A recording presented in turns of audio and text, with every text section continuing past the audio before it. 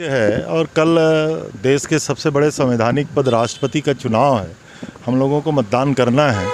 कांग्रेस के अधिकांश नए सदस्य हैं, तो मतदान किस तरीके से करना है उसकी थोड़ा वोटिंग करा करके नकली मतपत्र में उनको बताया गया किस तरीके से कल हम लोगों को जाना है, कितने टाइम तक वोट करना है, आई कार्ड लेकर के कैसे जाना है।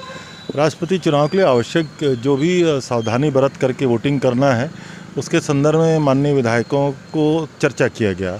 दूसरा, विधानसभा सत्र सामने है, तो जो भी मुद्दे हो सकते हैं भारतीय जनता पार्टी के, हालांकि उनके पास मुद्दे कुछ नहीं है, लेकिन जो सूचनाएं चूँकि 5 दिन पहले विधानसभा सत्र के संसदीय कार्य विभाग को और विधानसभा को भेजा जाता है, तो जिस तरीके से उनकी सूचनाएं आई उनका जवाब सरकार पूरी तरह देने के लिए तत्पर है।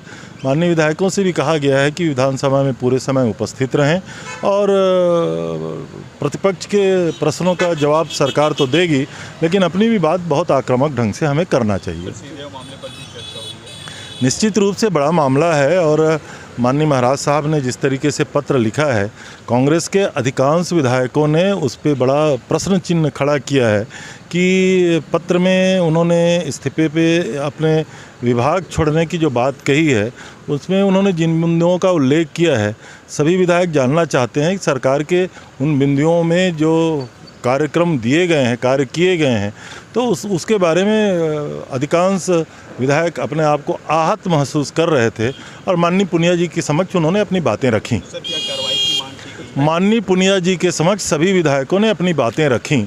अब क्या होना है, ये आदरणीय पुनिया जी हमारे हाईकमांड के प्रतिनिधि हैं, वो हाईकमांड में अपनी बात कहेंगे। उसके बाद मैं समझता हूँ कि कोई सम्मानजनक हल निकलेगा।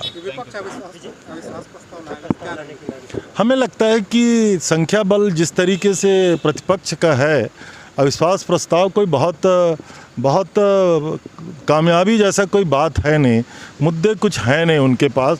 उसके बावजूद भी अब भारतीय जनता पार्टी के राष्ट्रीय नेतृत्व के द्वारा बार बार उनको फोर्स किया जा रहा है, तो अविश्वास प्रस्ताव लाएंगे, हम उनका जवाब देंगे।